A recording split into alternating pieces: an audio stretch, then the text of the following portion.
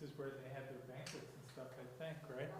Because where was the bar? The bar was over there. Bar's over there?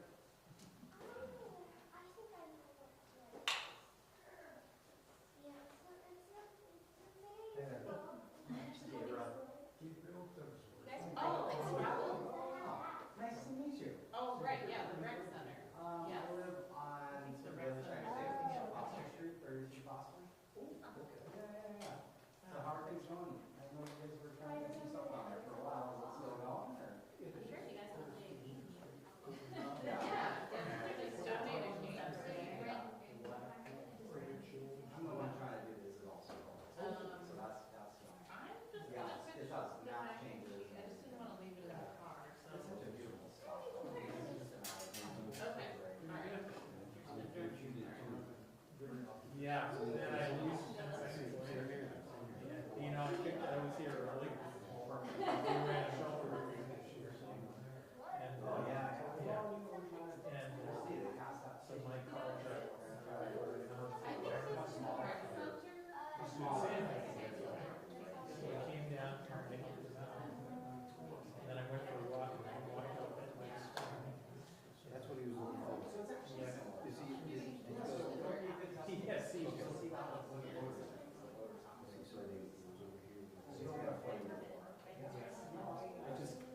I just sit in it. if you don't have a source, I'll take you there. Maybe that's what it is. So I can reach.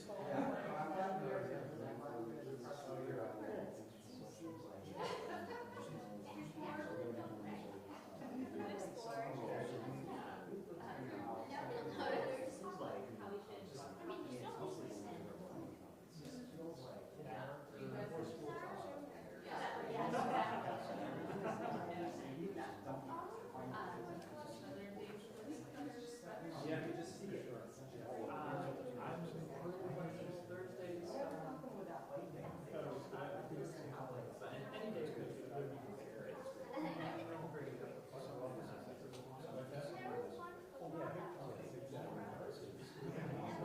That's why we're gonna look at process. Yeah, many new.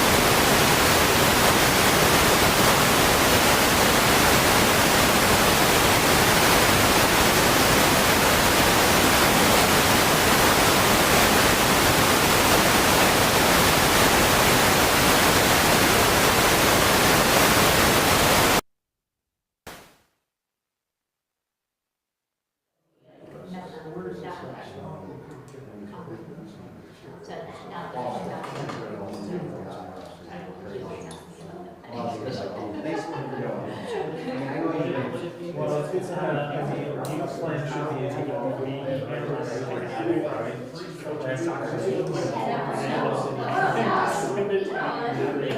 I usually like edit it to like people who I know. My team me and taking out that. It's like, there's certain parents that are part of the studio that are watching and stuff. Joe, he's a great guy. He's very open. I think there's always going to be someone. Yeah, everybody volunteer.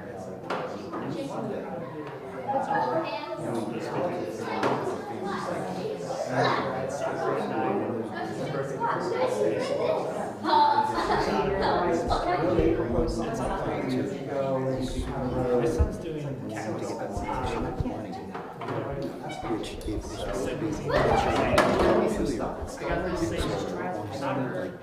being good grades and stuff, it's really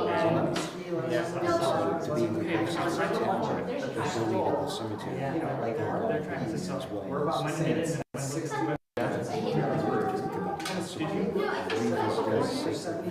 quit talking. Now Henry thinks that Henry knows better now. And Henry's waiting for something. Well, if there's anything I can do. So go back to the You're not beginning, okay? I'll be out. You're saying, was he supposed to have that money? No, he's I guess we never got to test any of the microphones, but, okay, Our deal was. all right. Good, at least I wasn't outside saying anything that, I turned it down. We were just getting static. Why did they even accept that?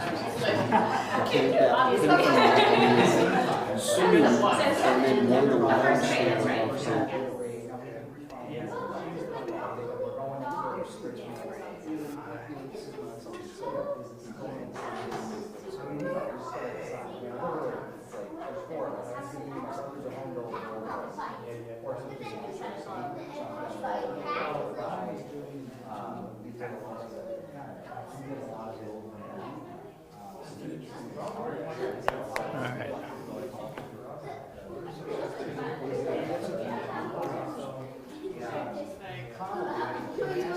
I guess we're gonna have 2 members of the public.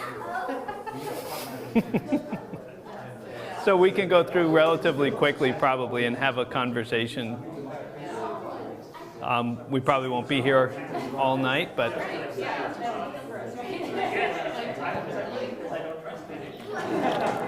we'll get another opportunity to have something on Orca and streaming, so. All right, should we just get started? Yeah, I guess we could get started. Do you want me to do all the? We probably don't have to, because I kind of know who's. Yeah, if you want to just, I mean, is this an official meeting or not? It's technically a meeting, Okay, but it's really public input. There's nothing else on the agenda. yeah. So, Okay, well, that's fine. I don't intend to call the Yeah. meeting to order. I just felt like I'll just grab there. between the two of them. All right. Well, Doug and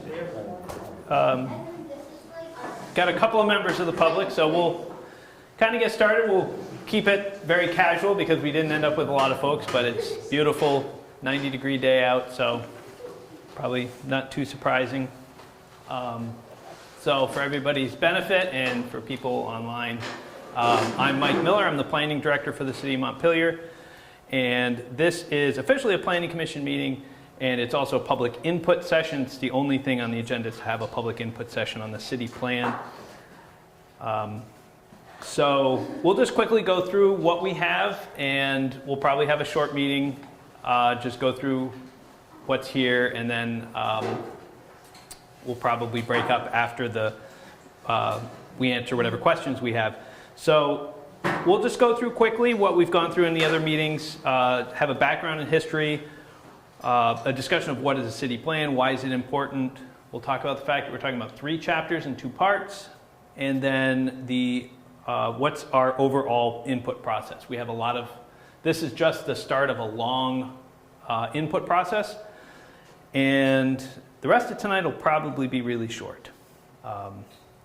So, where to find the plan? If you're actually looking to try to find the plan, you can find it on the city's website. You go to the main website page, and if I'm not in the way, you scroll down and you'll see this box that is City Plan 2024. If you click on that box, it will take you to another page. And in that page, you'll have these, you'll see these icons. The 3 icons are historic resources, housing, and arts and culture, and they are the storyboards. So they are half of what we're talking about. That is the actual chapters that we're talking about. And then the other pieces are down below on the links you see, which are the PDFs. Those are the implementation strategies, and we have the boards here, which show those boards, but they can be downloaded and viewed at home. So a little bit of the background and history. So for 50 years, and you'll hear a lot of people refer to this as the Montpelier Master Plan. For 50 years, it's been the Montpelier Master Plan. It is now the Montpelier City Plan, and that's just goes to the fact it's just a term of art. What we've called a master plan really isn't a master plan, it's a city plan. So we finally just corrected the title. It was most recently had a big update in 2010, and it was re-adopted with some amendments in 2017. So this new format we have coming out, it's a completely new format. It is a web-based plan. So it's a new format, new content. There's no strikeout copy or anything because it's just a complete rewrite. And we started doing this process actually back in 2016, developing the goals and strategies. So we've been working on this for a long time, 8 years now. We've been putting these pieces together. And it's finally all here. It's all together with the exception of one chapter, which we'll work on later in the summer. And that's the land use chapter. And we really couldn't finish that one until we saw what the legislature did with the new state laws that they're working on. So the new format is, as I mentioned, it's a web-based. Used to be all grouped together in a big PDF. Now we're going to have separate chapters, each with a topic. So we've got 11 chapters, and then each one of those chapters has a set of aspirations, goals, and strategies. And city plans are valid for 8 years. Ours was adopted in 2017, so ours is good till 2025. So we're not in a rush. We have plenty of time to review all the chapters, take public input, make any changes we want, and we're not really under any rush at this point to try to get this done in time. So what is a city plan? Why is it important? Well, plans are not required under state law, but they are needed if you want to update zoning or adopt zoning. They influence state proceedings. So if you have Act 250, if the city wants to participate in an Act 250 hearing, we have to have a city plan. Otherwise, we're not eligible to participate. Same with Section 248, which are certificates of public good. So power lines, wind towers, solar farms, those types of things. And city plans are also a requirement or gives you bonus points for any grants that you're applying for. But if you want to have a city plan, then there are a set of requirements you need to meet. It has to be consistent with the state's goals, it has to be compatible with the regional plan, it has to be compatible with other plans of surrounding towns. Just means compatible. It doesn't mean it has to adopt their plans or implement their plans. It just has to be compatible, and there's a definition for that. And it has to contain the 12 elements that are required under state law.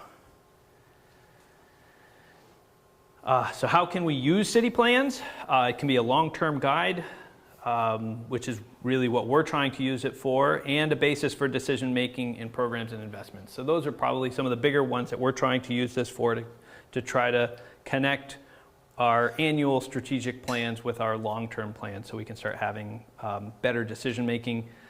An action plan, it can be an action plan with implementation steps, a basis for municipal regulations, and a source for information. So there are a lot of ways we can use a city plan. It's up to us how we want to use it. So our goals as the Planning Commission, we had 2 goals going into it, and it's kind of touched on both of these already. The first addresses the storyboards. We wanted to give the public and decision makers the background on the topics and what are our goals, and generally what are we going to try to do to achieve them. We want to have the storyboards would be like the chapters. They would have connections, links to other resources, but it's really meant to kind of give an overview of what the goals are and what we're trying to do. Then the strategies on the boards are the detailed implementation steps, the actionable plan to actually implement and achieve our strategies, our goals. And our overall process that we're using, as we said, this is just public input. These aren't public hearings. We are going to be doing 3 chapters at a time over the next 4 to 6 months. So our first set of chapters are housing, historic resources, and arts and culture. But we'll be coming back in the next months, in June, July, August, September, with another set of 3 chapters and another set of 3 chapters, another 2. That gets us through all 11 chapters by this fall. And then we can sit down as a planning commission and review what we've heard and make any changes that we want before going to public hearing. We would then have the planning commission public hearings, and then there will be city council hearings before the council would adopt the plan. So tonight's topics are arts and culture, historic resources, and housing. So each of these chapters, as I mentioned, is in 2 parts. Each has a storyboard, each has implementation strategies, and all 6 pieces are on the city website, which I mentioned. They will eventually all be on their own website. So we actually have a website that we are working on. It has its own landing page and links to all of the pieces, but we have a lot of the other pieces, and if we had everybody linking to that, then you'd be able to access all the other pieces, which we aren't ready to roll out yet. So that's why we took these pieces and put them on the city website. Each storyboard is a web-based format and has a number of pieces, including an introduction, plan, context, synergies, implementation summary, and who's involved. So it has a number of pieces. Those pieces are consistent in each and every one of the chapters. And the strategies are the actionable plans, and they have aspirations, goals, and then the strategies. And this is pretty much what they look like. So the storyboard is on the left. That is the start with the introduction. And the implementation is on the right, which has the aspirations, goals, and then a set of strategies, and it describes them, including priorities and costs and who's responsible for doing them. So initially, we were going to break up into groups, but I can, depending on really what Doug and Rick want to do, we can kind of take whatever format we want, because I could quickly open up and just show one of the chapters. And that might be the easiest thing to do now that I have internet.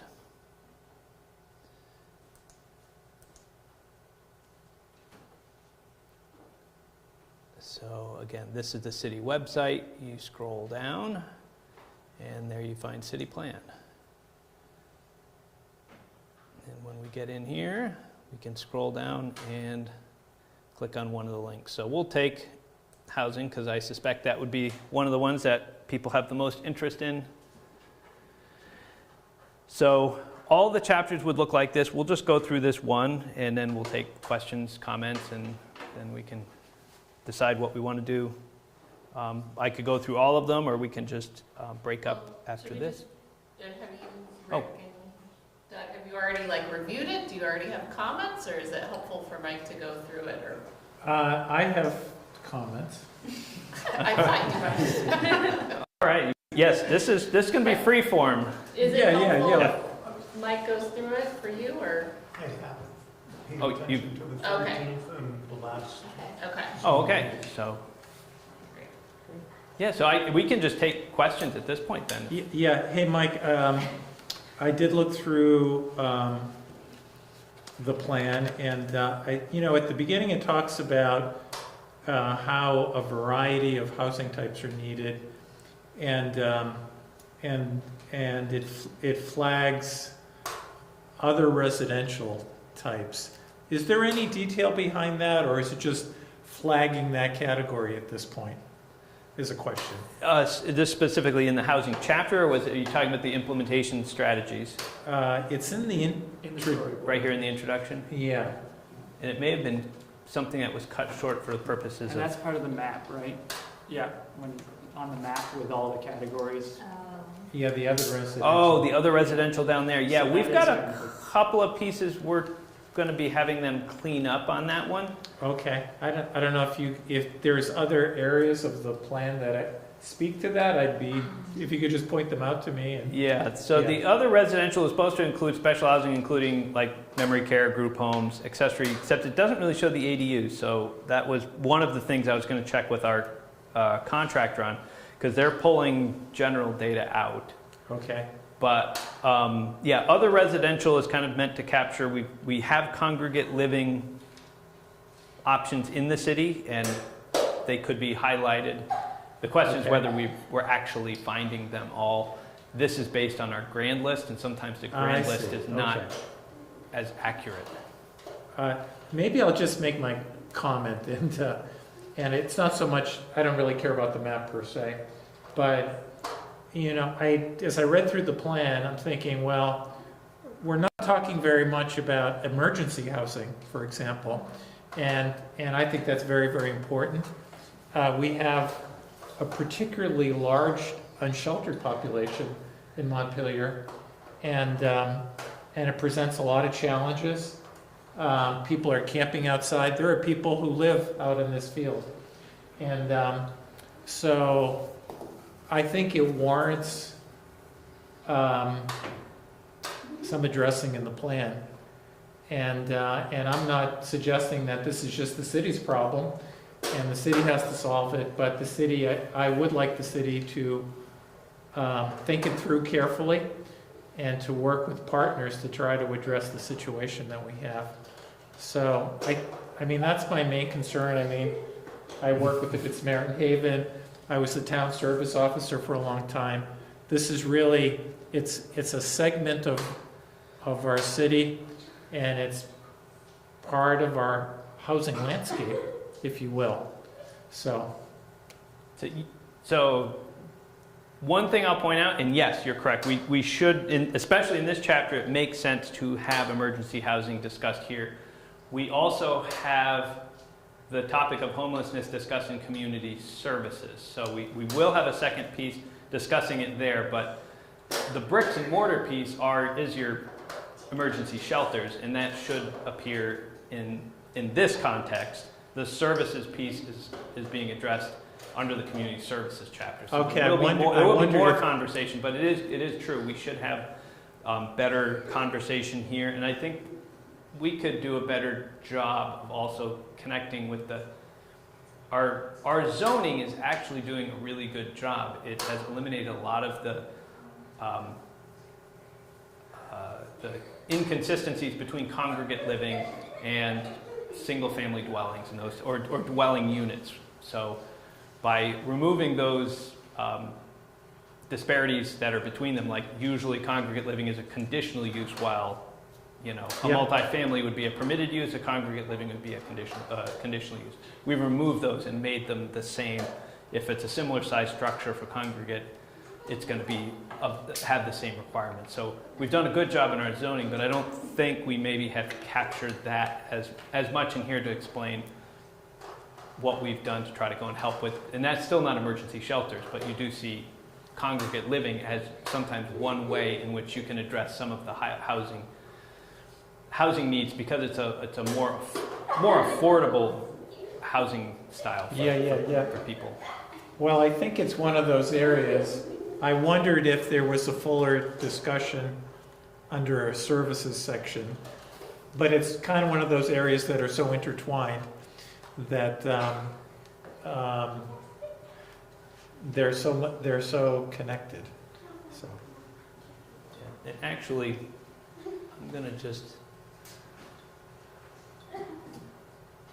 I'm actually going to make a note here, because we do have a section called synergies where things overlap with other plans, and synergies does not have that connection. So we should talk in synergies about the connection. How does this plan relate to other plans? Well, this plan obviously very directly connects to the community services as it applies to the homelessness issue. So we should add a connection in there. So if somebody is reading this, they would have that connection and know that we're... Yes. That, okay, I'm reading this with an eye to homelessness. This is the connection, that there will be additional conversation in that chapter.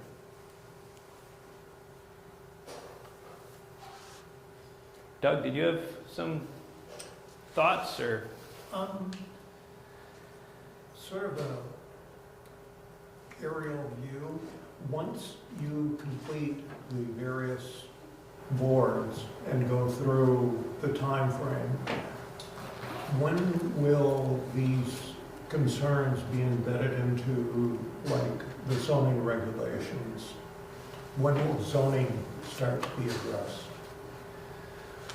We've been continuing to update the zoning as the process has been going on, so I don't know if there'll be a lot of adjustments, but there may still be some additional adjustments that would come up after we adopt the plan. If we've identified things in here that says the plan should continue to look at, these issues, then we'll certainly be looking at them. But the reality is we've been kind of Correct. reviewing them. We've made 6 amendments to the zoning since 2018, and we've Yes. made 0 amendments to our city plan since then. So we're, if they come up, we make the change. But yes, the hope would be that everything starts to really get much closer together, much more consistency between the 2 documents.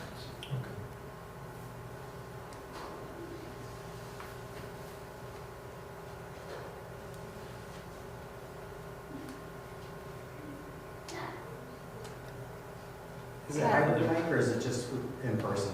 Is there anybody online? No, there's no virtual hookup on this one because we just didn't know if it was going to be how it was going to interact. Because fortunately, now that we know we've got internet, we actually could probably have a virtual component as well. And we'll work on that for the next time. As you said, we'll be doing these throughout the summer. So the next time we have a meeting here, we'll certainly make sure we've got the virtual available as well. Mike, I have another question.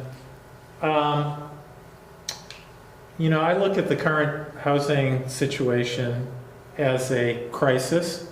Our community has become so expensive that, you know, new families can't afford to move. Most new families cannot afford to move in here. Some people who have lived here for years find it difficult to continue to do so. And so I think housing and affordable housing is very, very important. So my question is there any precedent within a city's plan to say this particular strategy is a paramount concern? It's at an elevated level. And any decision that we make, we should always check on how it's going to afford this element of the housing plan. You know what I'm saying? That it becomes a special lens. Because I frankly think what's happened here in recent years really warrants that. But I'd like to hear from you, your thoughts on that. You certainly can, we certainly can, the Planning Commission can certainly go through and set up the landing page and the document to kind of reflect that. I'll give an example. I've been a planner for about 25 years, and I've worked with a lot of communities, and you can do plans in a lot of different ways. And I remember working on, I think, Berry City's plan at one point, and they wanted the entire plan to be based around public health. They felt that was the paramount issue that they wanted to work on. And so everything kind of came back to that one topic in some way, whether we're talking about transportation or energy or housing. It was all about, you know, our housing, you know, is our housing safe? Is our housing healthy? You know, what about the lead paint, and what about all these issues that we might have in our housing? So in theirs, everything was framed around the issue of public health. We certainly could go back, and as we get to the landing page and everything else, we could tie things back. We'll have to have a conversation with the Planning Commission about what that would look like. But it is possible. We can orient things in lots of different ways. But yes, to answer the question. But the hope is this plan will set out our 8-year vision. Where is it we want to go to? Because right now the City Council adopts an annual strategic plan that really lays out what my job and all the department heads' jobs are going to do.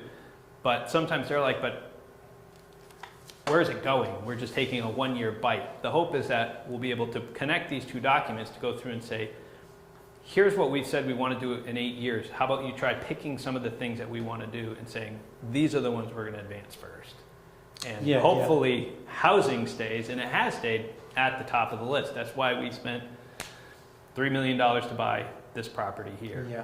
And now we just got to get over the hump of getting So you're saying that you know, you have a plan with goals and so forth, but ultimately it's up to city government to decide what its priorities are as you go along, right? Yeah, it's the priorities, and then for us, we always have tried to connect with and get the information across to City Council that, all right, priorities also have costs, and that has to then go to the public to go through and say, okay, here are our goals, here are our strategies, you want to start making advances, this is what it's going to cost. It's going to cost us, for example, $150,000 for us to take Country Club Road to the next step. And that's the price that we've put out there. And we're currently trying to identify where that money is going to come from for next year. So we can do the engineering and we can start the preliminary planning and we can get the TIF applications going so we can get to that next step. So we can be ready for the implementation step when it comes time to break ground and start building housing. So that's the hope. We can put those pieces together. I was just thinking of kind of like, well, going to your point about making housing a priority amongst all of the chapters, almost.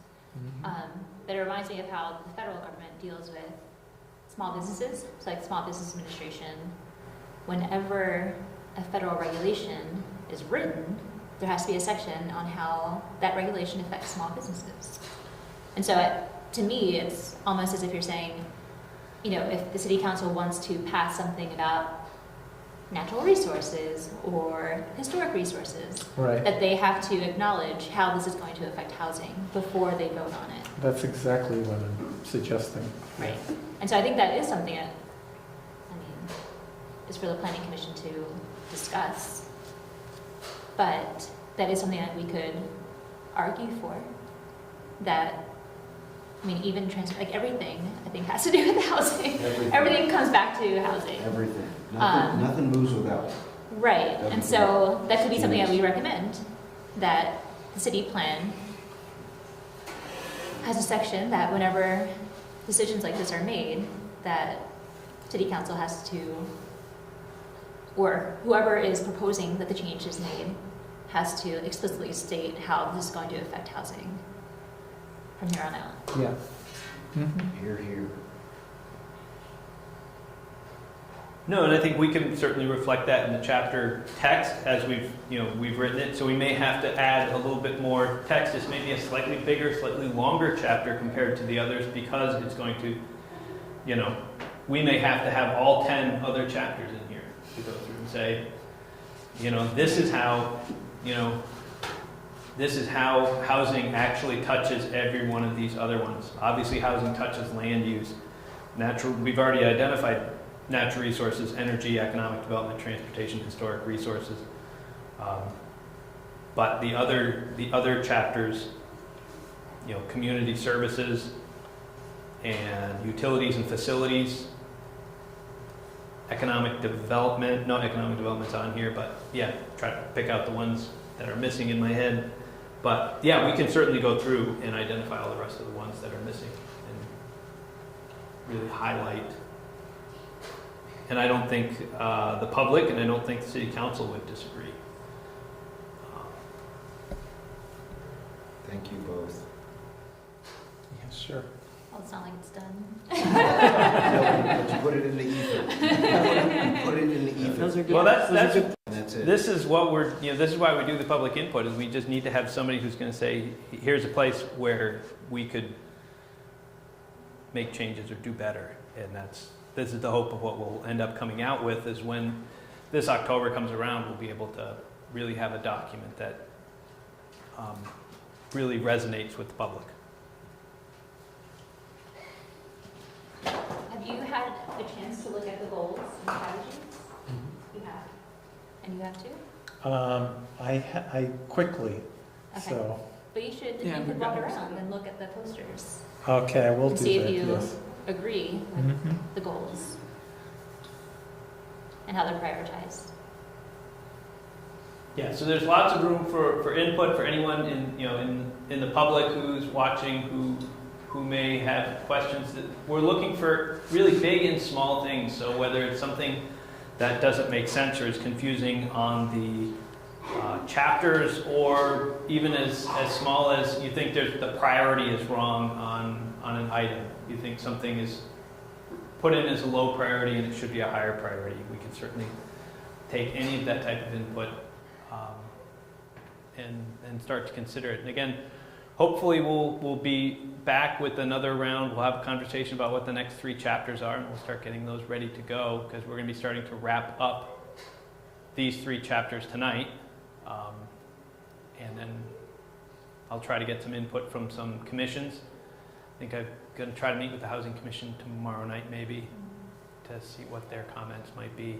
And Historic Preservation has already been looking at it. And then we just have to check with Public Art Commission. Just to make sure everybody's had a chance to take a look at it. And again, this is all public input, it's not hearings, so we look any good questions. We're also occasionally being down at the farmers market. We won't be there this weekend, but we'll be there at some other weekends. We were there 2 days ago. It was great to see people. So, And Mike, yeah. is there a share of the load opportunity you guys are looking for with that, since it is all summer long? And what are the rules exactly as far as, is it 2 or more, 3 or more, we're not allowed to meet? Or Yeah, you can't have a quorum, so you can't have 4 or more. But yeah, it certainly would be helpful as the summer goes on. I wanted to do the first one with Evelyn just to kind of make sure things worked out. I wanted to see how, if it was particularly contentious or if there was something, and I might be more likely to say I better keep going to these. But generally, everybody was really interested. Just had a lot of questions on what we were doing. That's great. Good conversation. So yeah, we would probably either invite to have some planning commissioners along next time, or if there are times I can't make it, maybe somebody can cover. Were you able to bring the storyboards to the farmer's market? Or We brought the implementation strategy boards, but we didn't have a computer to be able to, oh, yeah, no. to do Yeah.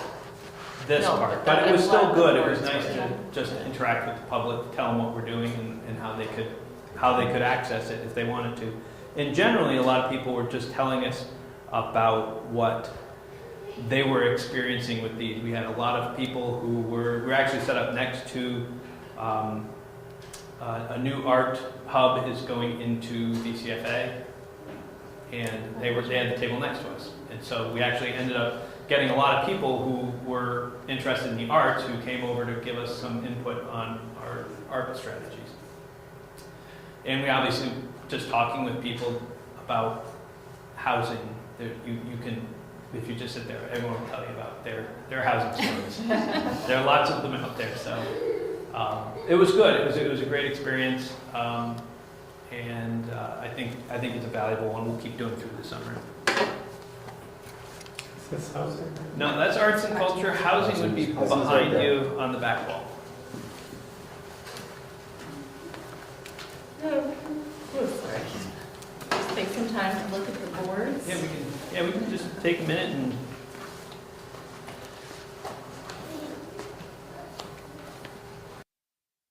So it all starts with aspirations and goals, and then the strategies are how we accomplish them. So my first written comments from, she was actually at the last meeting. She's part of the CVRC. Trying to remember. Oh, yes, Yes. CVRPC, yes. So she sent me written comments. We know each other through her Oh, kids. okay. I was kidding. But like she was trying to submit them as like a citizen, not in her official role. So anyway, so should I just forward them to you? Like how Yeah, that's good. Or I ready? send them to the whole planning commission, just so everybody's got them. I've gotten some written comments, obviously some from Peter and some from some other folks, so. Okay. So the thing to do is just like forward it along. Yeah, forward it to everybody and CC me. I've got a folder in my emails just for city plan comments, so I can keep dropping them in. So when we decide to sit down and talk about stuff. Right. So is there going to be a chance for the commission to meet just to discuss the public comments? Yeah, actually next Monday is actually our meeting. So this isn't our usual Okay. meeting night. So next So- Monday would be our meeting night if everybody's. Hopefully I'm not beating everybody up too much coming out all these meetings. We usually don't meet this much. I know. Don't think it's like, He's man, what did I got sign myself up for? into?" Man. But for the next year, yes, we do. Yeah, there'll be a little bit more because we're doing the input. But again, we know we don't want to overdo everybody. But there will be a meeting next week, and I thought that's what we would spend the time doing. That's great. That and then deciding what the next 3 chapters are, because I have to tell our consultant these are the 3 Like storyboards that, there's a lot of storyboards that are almost done. Okay. So we like to push them to say these 3 have to be done. Okay. So Sounds good. Do we have the next public meeting on calendar yet for when those have to be done? No, we'll meet So Ariane has Next told me week that can she's have heard it. and we'll talk about What some, do you think? like transportation, energy, and natural resources. I like it. I would There send is- that I off. think of the And then we'd probably wait 2 weeks to have our first input. Usually what we've had are 2 goals previously. public inputs, Yeah, overall, 1 I- virtual input, I and then definitely try to do whatever support other that. little things, farmers markets and stuff. I think we're on this one time. Is that your phone? Thinking of And I still, one area, because it's an area that I work with Yeah, every day, yeah. which is the unsheltered problem. Yeah, I'll share them. There wasn't anything specific that really came out of those, other than a couple of ones for the arts. As I work with the city right now, we don't have a lot of clarity about that. Is that my phone? It is your phone. We have the same ringtone. That is a very good point. You know, it's here that people camp outside, and what is our goal with respect to those people who are camping outside?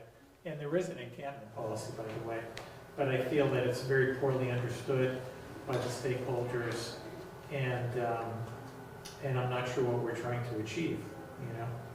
So what I was saying, I like the goals, I like the plans, I had reviewed these previously. By the way, I really like what you said here, what the group said here. Under the affordable housing. Yeah, in particular, the city would like to identify a project that would help disadvantaged groups, et cetera, et cetera, et Yes. cetera. That's great. Although it's interesting, in another part of the plan, you talked about the fact that the city did fund the Welcome Center in Berlin.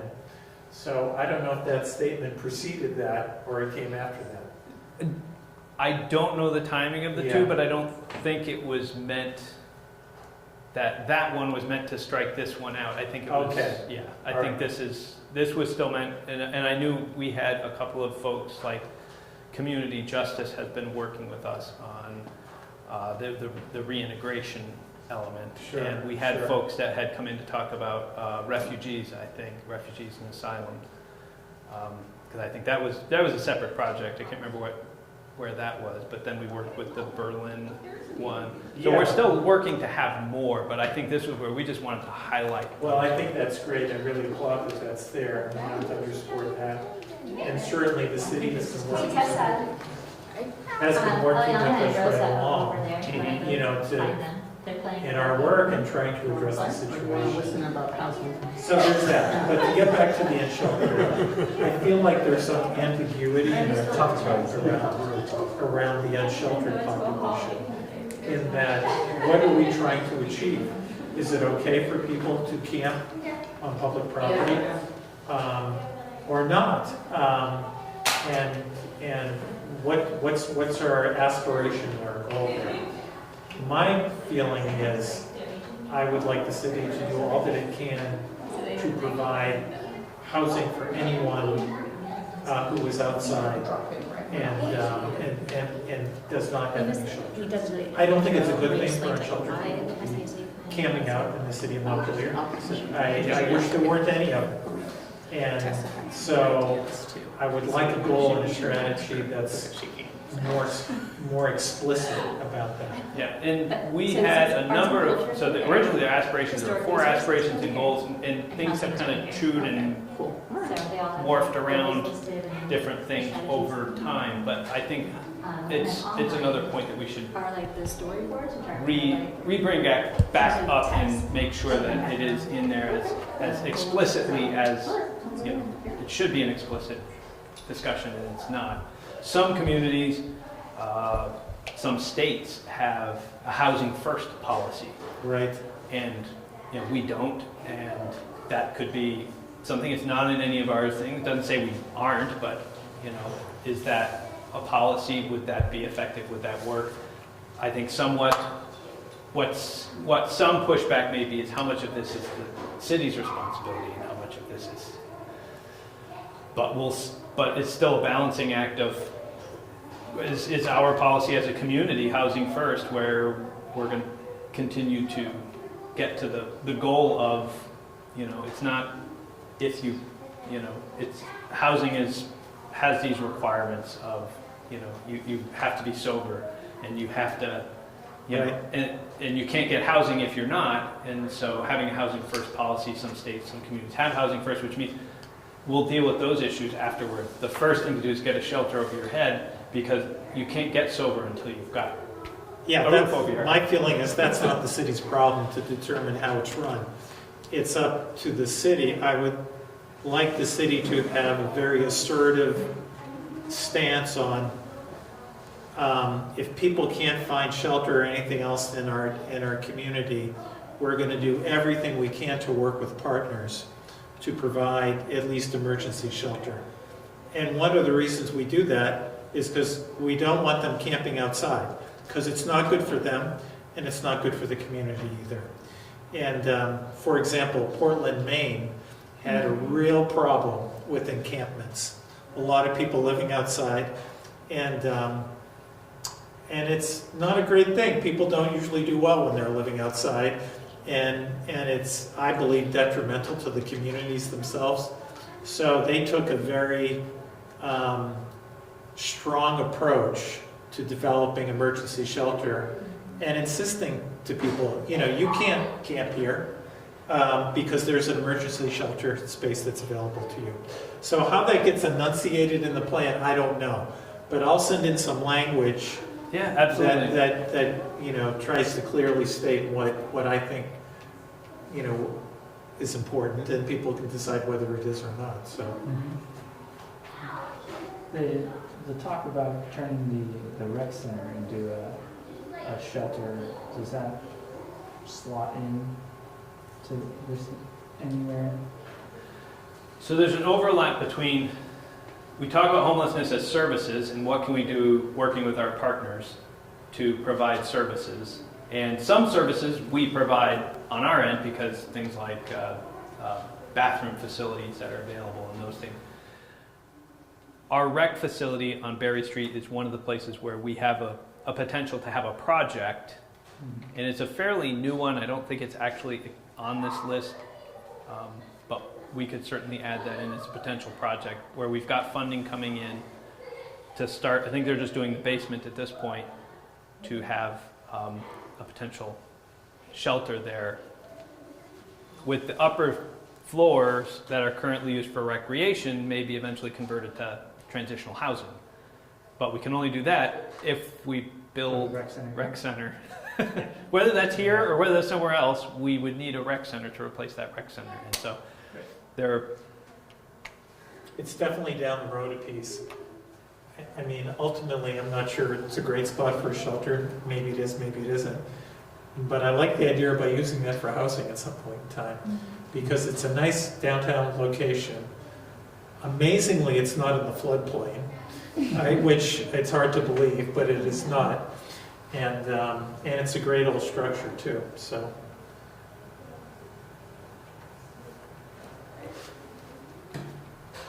Do you have anything you want to talk about that? No, my concerns are basically related to the Country Club Road project and savings going forward in Harmony. And one of the things that I'd like to speak with Mike after the meeting is some concerns about basically traffic, if there was a shared connection, so to speak, and how that needs to be massaged into the zoning regulations. Right now, there may be some impacts that would preclude that. But thinking down the road further, not applicable for this meeting, but yes. And Mike and Bill have been real great about the meeting, and we need to get back on to the schedule to talk about what ifs, that type of thing. no, we continue to work because obviously Savings Pasture has been one project, housing project, Country Club Road is another project. So I have a couple more questions, comments. Talking to some local property owners and real estate agents, they're saying the office market is really flat. And look at, for example, 7 Court Street. It's a 4-story brick building that's completely empty, almost completely empty, 80% empty. And I'm wondering what we can do in our planning to encourage, support, prioritize the conversion of some of this office space into housing. And I just don't think we're ever going to use all this office space again, or at least for a long time. And so there's that. And then a related issue, and again, I'm not sure housing is the issue here, but maybe it could be. We have a very unique collection of churches right in the downtown area that are also really struggling. We have one that I don't think is even being used anymore. Maybe it is, maybe it isn't, Bethany. And I'm wondering how the plan speaks to that. These are such major pieces, historical, important buildings in the downtown area. Maybe that's addressed under the, historic architecture part of the plan, but I think it's for me, it's a real cause of concern for the city to lose these buildings as a real vital part of the community. They're privately owned, right? They are privately owned. Yes. So, in this sense, what are the impediments to? And I think, Court Street, was it originally a house? Is it one of those houses that's been cut up into? No, it's a big block style building. It's Alan Goldman. It's Alan Goldman also. Yeah. It's that big brick across the diagonal from the laundromat, right there before you go to Hubbard Park. Yeah. Right, when you go up to Hubbard. If you go up Cliff Street, it's on your left. But Okay. it's office Yes. space. it is office. There's like 2 places, a doctor's office and something else, but he's not, I talked to him for 6 hours, he's not budging. He's not budging. Yeah, But- he's. Excuse me, sorry. But we do work, we have in my office, Josh Jerome, he's our community and economic development specialist.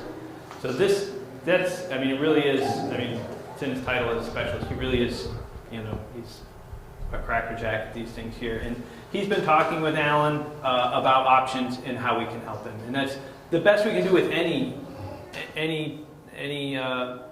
property owner. Some of them are willing to work on ideas and explore ideas, and some of them are satisfied with the status quo of how they're doing things. And we wait until folks are ready. And I know that was true for the French Block when, for years, the property owner wasn't interested until Aubuchon's took ownership of it. And when they did, they said, we're interested in converting the upper floors to housing. And we were there to facilitate and make that happen. And I think we'll work with Alan or any of the other landlords in town who are interested in the project to try to facilitate them. Are there costs associated with converting from an office? Other than obviously building kitchens and bathrooms and all that, but are there sprinkler issues, stuff like that would affect? It depends. It depends. There can be some in an old building that was not built to code. And there could be some different things. If people are sleeping in a building, the fire codes are higher than they would be. But that's not generally something that's insurmountable. Yeah, there's a conversion cost, but that's just the cost of doing business. You have a building that's underperforming, and here's a chance to make it performing in one of the stronger housing markets in the Northeast. It's a good thing to do. No, I'm not questioning you guys about a specific deal and why aren't you beating up Alan Goldman and getting him to do something. It's should we flag that in the plan that we have a surplus of office space in this town, and it is a resource for conversion, and the city should do whatever it can to move in that direction. We'll just make sure that the city's not in the way. It probably is a really good point, given that the state's going to come up with their strategic plan whenever they decide they're going to release that to us, right? We're going to all of a sudden have a whole bunch of space that needs to be repurposed. In addition to the We ones already that you're have some talking of the about. state buildings as well. And What's they'll that be big new. brick building there? Yeah. That's empty too. There's a lot of empty buildings. Yeah. So maybe it is something that we should Yeah, we could certainly put it on as drop a phrase. when we talk about in there. action items. It's, Yeah, I think it's like being proactive versus being passive, like waiting for, waiting for a business, property owner to come up with the idea And versus sometimes, like seeking them out. I mean, like, hey, sometimes they're making, the portfolios are such where they're making money off the loss. And so it's just easier for them to let it sit. Well, I'll give you an example, and now you correct if I have this story wrong, but the brick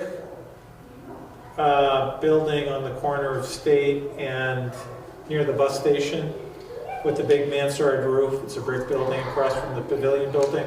Next door to Yeah. the agriculture. I heard that the city had an option for that, Yeah. and I don't think it's done anything yet, and probably shouldn't, but there's an opportunity right there. That's a building that can be converted to something more productive than an empty office building. And is it possible to work with other partners, to take advantage of some of these opportunities? That's what I'm saying. I'm not expecting the city to develop it. I'm just saying, what can it do to encourage something? So. Rick, I'm gonna give you a name, Meredith Whitney. She's in the process of, she wrote a brilliant piece on how the government is trying to work on something where it allows Fannie to throw out some money for equity loans and stuff like that. So there may be some possibilities on that, but just Google it for yourself Yeah, to figure it out, because you may see something synergistic that worked for you. yeah. Because it's money. It's like we get, at this point, some of this stuff is just, you gotta show them the money. Like I was at the Goddard thing, and it's all about money. Well, one of the challenges we have with real estate development, we have one nonprofit housing developer, and that's Down Street. Right. And so if they're too busy and they're not interested, it ain't gonna happen. that was the issue with the State Street property was they're like we've got our Waterbury project going, and then we've got a Berry City project going, and then we'll be back in Montpelier. Yeah, I don't know what the solution to that is, but I feel like we need more, Yeah. Yeah, and we need to somehow get more private developers going as well. I mean, we can't just have everything run through our other parts of the state are building housing, and I just haven't been able to figure out, we're building accessory apartments. We built a lot of accessory apartments over the past 5 years, and that's been great, but we're not going to get there building 15 accessory apartments a year, 20 units a year, and we need, but I go to Morristown, and I go, it's like Morristown's not any different than, Montpelier. I mean, but you go through there and they're just building and building and building, and we're like, why can't we get something? Yeah, well, planning. I mean, what are the tools that we're not using? I don't know. I need a builder. I need someone to show up. Sometimes it's just a matter of having the right partner who's there. Yeah. And we just haven't landed the right partners to get everything rolling. But we've certainly done everything we can. We always talk about the first thing for government business for planning is to make sure we remove the barriers. Then we add some incentives, and then we can require people to do things. And we've removed all the barriers. There's nothing in the way of somebody building a lot of housing. Yeah. And now it's not happening, and we're trying to come up with what are the incentives? How can we incentivize people to get over those? Yeah. And we can incentivize certain things, but Speaking of that, what happened, I could have the number wrong, but that building way up on Main Street, it's like 260 Main Street or something. 250, the old, It used to be, always reminds me of an old schoolhouse. But yeah, it was a, long time ago, it was a school for people with developmental disabilities. yeah, You know that 250, yeah, 250, yeah. What sugared off of that? I mean, because that owner was interested in developing that property. Yes, and his neighbors continually threatened to sue him, so every time he would propose a project, he would get threatened to sue, and he would just backburner it. Yeah. That's what I thought. And that's happened more often than we think. At 12 College Street, there was a proposal to renovate just a handful of units, but it was threatened by a neighbor to sue, and so they dropped that proposal. So Yeah. Do you know which one 250 is? If you're going up Main Street and you're just about to turn to the north for County Road almost, you go up the steep part. Yeah, you turn, then you go up the real steep part. It's on your left. It's a big building. That large building. Yes. that large building. It's offices. Yeah, that is privately owned, and the owner, I don't know if he ever submitted a proposal or anything, but he definitely wanted to do a bunch of units up Yeah, there. it was in the back. They were going to take the back part and then put 25 units of condos and stuff back there. Unbelievable to think that they would threaten to. I mean, it looks like an apartment building. You know, I used to live right behind there. To me, it's a great spot for more housing. they have a And, huge parking lot. It's a nice spot.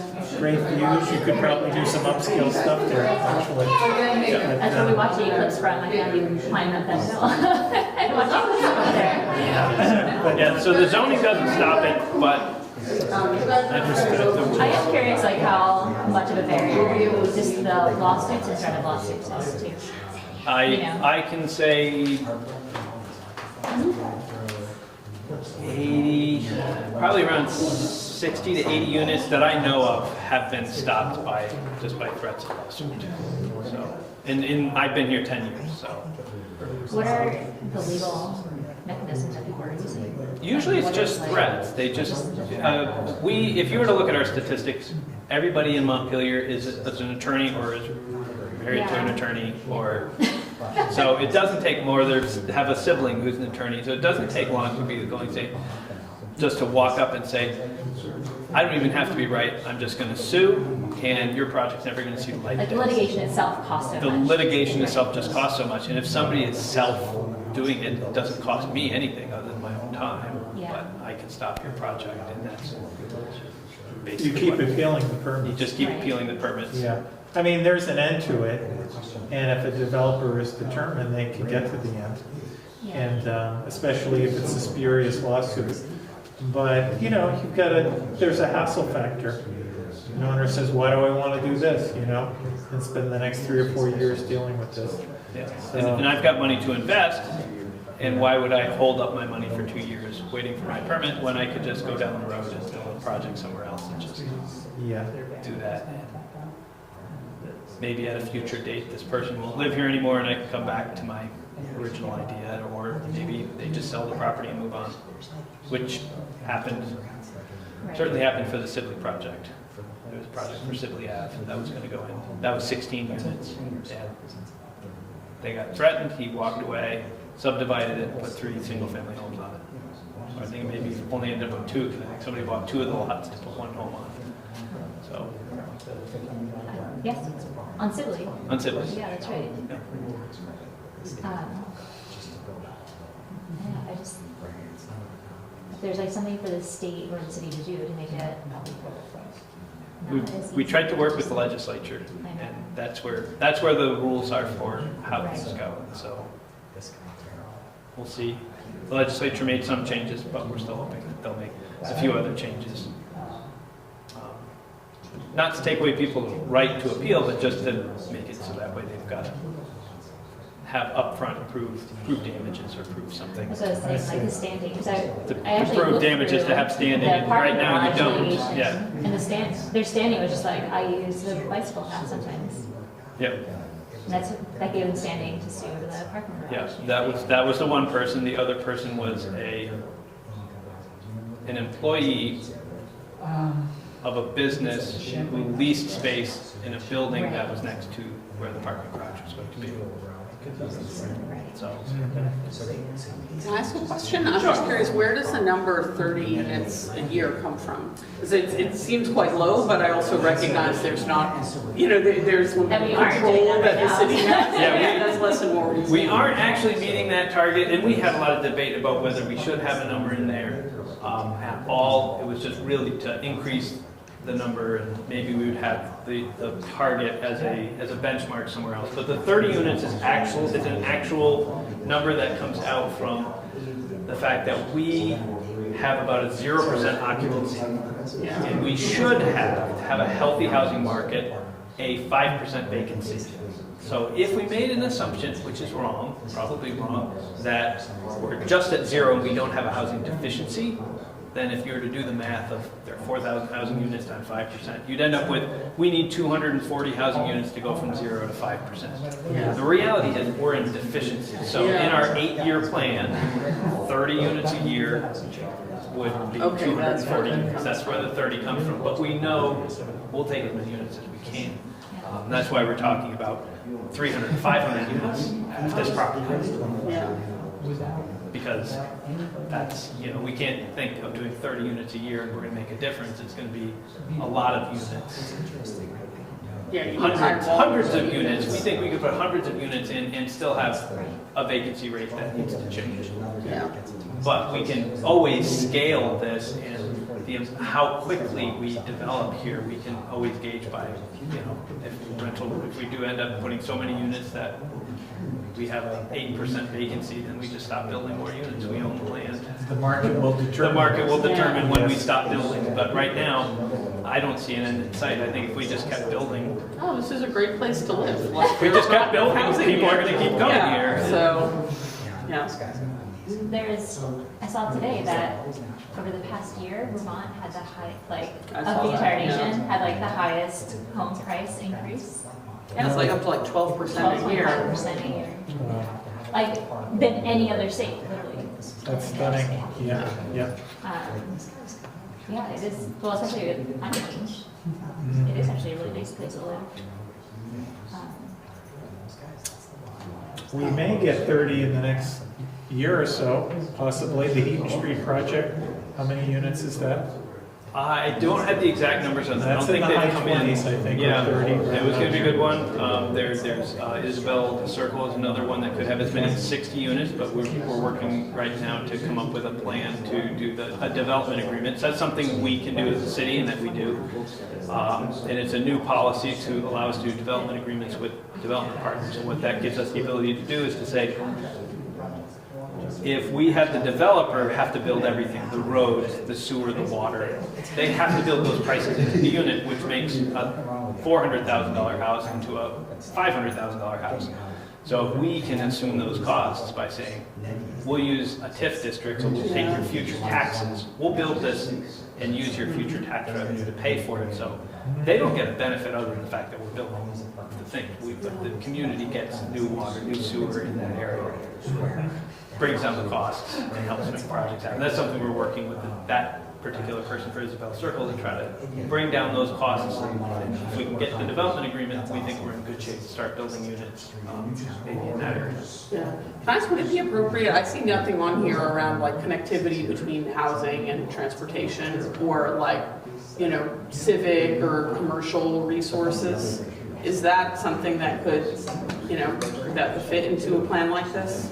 So we have, these are the implementation boards. So Yeah, it's in 2 pieces, and we talked about it a little bit earlier. So we've got the plan in 2 pieces. There's also a housing chapter, which is what's up there, which talks in text about housing, and we'll talk about how things are related to other things. There will eventually be, we're only talking about 3 of the chapters. There's also going to be a transportation plan. And there's also a land use plan, and there's going to be lots of places where we've got to talk about things, and that's actually what's on the screen right now is the synergies for housing. So how does housing relate to other chapters? Yeah, which is a lot of the sites where you have volume for more housing, like Isabel Circle or here, are not connected all the resources that, you have to be really reliant on a car living here if this is what, literally here, if this is one site, right? Yep. And that's why we were talking about maybe connecting this one through to Sabins Pasture and having a road that connects all the way over to East State Street and down to Berry Street. Yes, it's still a road, but at least it's going to be easier for buses to circulate. Yeah, bus if there's It's going to be easier for, if you want to, there will eventually be a shared use path on the top, there's a shared use path on the bottom. If somebody has to bike or has an e-bike, there's a pretty easy trip in and out. Some trips. Okay, so that kind of goal wouldn't come into Probably come a little bit more in the transportation chapter, but it is discussed in the synergies part to go through. How does housing relate to transportation? That's a connection. It's talked about in economic development. The three biggest issues for economic development are childcare and housing and transportation. That's the three biggest things when you talk about, when we talk economic development from the standpoint of labor as opposed to the business owner. The labor side is all about those three factors. Yeah. Well, that's another thing on the arts one. I feel like there could be connectivity with transportation. So I'm like, this is now a pet project, but I'm like working with like Complete Streets Committee or something. So you see my daughter and son, they're always around in scooters downtown, and there's all these really small alleyways. Can anyone even drive on those? They do. Yeah, so then the question is do people need to drive on those? Is that like a fire access thing? No, we've talked about, but there's legal accesses, and it just becomes a legal issue for us to close down one of those. We literally have to, as a community, buy those rights. Okay, so there's actually a cost. They're private easements, but in some cases, it's good for the property owners, it's good for the community, and sometimes it's a cost that's worth Yeah, it paying seems to those go could through be and good say, installation for like Green Street, like pedestrian connectivity, and then it's one less like dangerous bit of this. Because I feel like those bits of the sidewalk are dangerous because it's bad visibility. and you lose parking. There's a lot of things that go in with it because every time there's another curb cut, then it's not great for disability because you've got the curb cut that's in there for the tipping, but you also lose another parking space. So if you didn't have all these alleys, you wouldn't have all these curb. You wouldn't be losing all the parking. So let's just put a nice uniform curb, put in a bunch of parking. They just have those as pedestrian, but it has a cost, and we have to. That's probably not high have priority, to but work still, with it. that's something that jumps out at me. And you're downtown right there, so. Yeah, you have to walk kids down that. You have to walk kids past all of those things. Look up the alleys. Yeah, so. Could that be buildable? Yeah, that's a good point. That becomes then because like I said, they're easements, and they're really weird easements because of how everything goes. So there'd be a much bigger conversation that would have to go along with that, because usually the way the easement is, we have a driveway easement between my buildings. I own the first 5 feet, you own the next 5 feet, but you own an easement on my 5 feet that I can't build on my 5 feet, and I own an easement on your 5 feet that you can't build on your 5 feet, and then we have a shared access. So there are 3 easements that have to get dissolved to then say, hey, let's build in the middle. The other question too, this is about your point, was like calling out the opportunity of underutilized office. Is there ever anything around underutilized parking downtown? And I know there's site ownership issues, but like that again is something where it's like when there's a plan, sometimes the plan can support.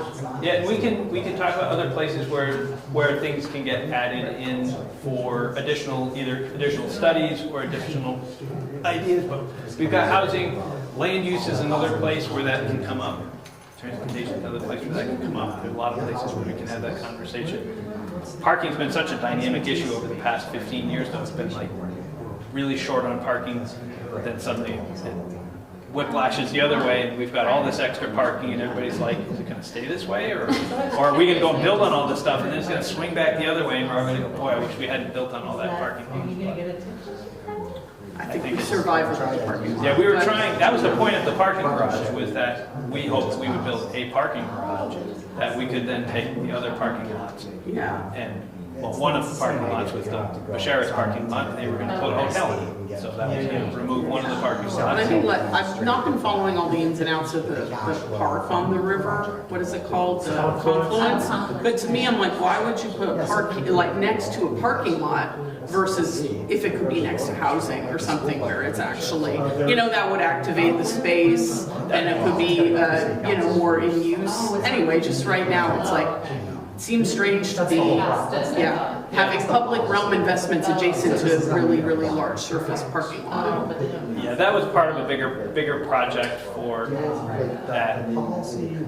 that site. That site had originally been purchased. It was an old junkyard, and it had been purchased and cleaned up. And it was a consortium of a number of partners that came together, including the conservation commissions, to want to clean up and have that confluence. Yeah, it was a brownfield, right? It's a really bad brownfield, and different partners to come together. And so it was always this compromise, and then at the end, we ran out of money and didn't build the Conference Park. So that's why it's kind of like, that's why it's kind of coming in at the end. It's like we promised in 2000, 2001, it was supposed to be a partnership with these three groups, and that's why. Yeah, no, That's why I they're can see it's still like a working on lovely it right site, there. but it's just, yeah, anyway, it seems there's a lot of other puzzle pieces right there. Yeah. That could make it more successful, so. Well, the hotel was going to be right there. The hotel was going to be on the other side of the railroad tracks, whereas the On the other transit center was always, well, originally the transit center was potentially going to be a hotel. It's going to be a transit center and hotel. And then the town voted that we would rather have housing than a hotel. So that was when the Pacheras came up and said, well, you know what, we can build a hotel on our property if we just need help with the parking garage. And we said, yeah, we'll do the parking garage. And so that's where all three pieces came together. And supposedly, the parking garage, because the transit center was built on 110 parking spaces. So we lost 110 parking spaces. Well, we needed to replace them. We were going to replace them in the parking garage that never got built. I see, okay. So it was all kind of connected. Yeah, okay. I got all of It's it. funny, the transit center, 110, I'm like, it seems smaller than that. It seems like a pretty compact building for what it does, Yeah. but, yeah. But it seems like your questions are getting to a goal that's like encouraging infill Yeah, pretty much. within the Montpelier core. Oh, I know from the housing side, so, yeah. Yeah, which doesn't necessarily come through here. Yeah, and we'll certainly, and yeah, take a look when you get a chance at the storyboard that's online as well. Yeah, yeah. That goes along with this, and that might get some of what you're talking about, but we'll certainly go and re-look through these with a careful eye to make sure that we aren't, Yeah. you know, that was part of the public input. No, What- I do. Are we missing something? Oh, Are we yeah. not emphasizing Yeah. something enough? And that's what we can then go back and say, maybe we need a new policy, maybe we need a new study, maybe we need a new, you know, what's our action step that we are going to take? Because we don't own the parking lots. Yeah, no one We can't go and say, well, we should build on our parking lot because, Yeah, but you can make it an attractive environment. yeah, but we can go through and figure out, make a plan or encourage how we're gonna get those. And then continue, maybe have something more definitive in here on working with the state, because that's always been, we've always pointed to things back to the state. How many parking spaces are the state owns? Single-family homes, they would sell like. And maybe they could better utilize their parking lot. Yeah, but. But could something be in our, the aspirations that mentions, especially developing in the downtown? Yeah, I don't think we got into specifically where, because we were trying not to limit where, Yeah. you know, if any housing in the city of Montpelier is Yeah, good it's housing. essentially infill, so regionally, it's kind of like infill. Yeah. Yeah, I think that the natural resources chapter gets to that point. Yeah. Like Montpelier is supposed to be where, like, economics and housing, that part is, so that the rest of the state can be. We are the compact settlement that supports the rural countryside. Yeah. Support one organization. I think even, like, So that they could, I mean, what you're there's, saying, you need a lot of we capacity leave, to do. you know, acres and housing acres of development, parking housing lots management, downtown If you want to have a homeowner. while shelter. building out Well, in the ring. Like, I think it's going to change the character of downtown. Yeah. You know, people will be pulled out, Yeah, yeah. and I think. Yeah, it's more traffic congestion too, if fewer people can like walk to everything downtown or easily take a Yeah. bus or bike or whatever. I mean, it's like happening in communities across the country, Yeah. right? That happens. Yeah. So, Well, I don't know if we've, I think it's good. I'm gonna see if my daughter will come make her point. Oh. She, you know, clearly she just wanted to have the play date session now, but. yeah. I think when she arrived. But when she arrived, she came because she wanted to participate in a planning meeting, so. I think they'll got that person also at they're going to be part of like civic engagement. And they got her and they're like, there's toys. Toys and like a beautiful field on a beautiful We got night. 45 I know. acres, so. It is pretty Yeah. amazing though, like when you. So, but I guess we could just start to wrap it up, and then we could have whatever additional conversations we want. But Did you have any other? You're looking at the other poster boards? Yeah, No? questions or comments? so, all right. Well, I'll wrap it up and say thank everyone. We've had some good conversations, and anyone with additional input that they want to provide. So the ratio ratios Yeah. of the You can community. email me at mmiller, I'm Mike Miller, so it's mmiller@montpelier-dt.org. And that, Yeah, thank you. I'm a planner, so I love when I'm not in charge of the meeting. So I can Where's the just- new, I work in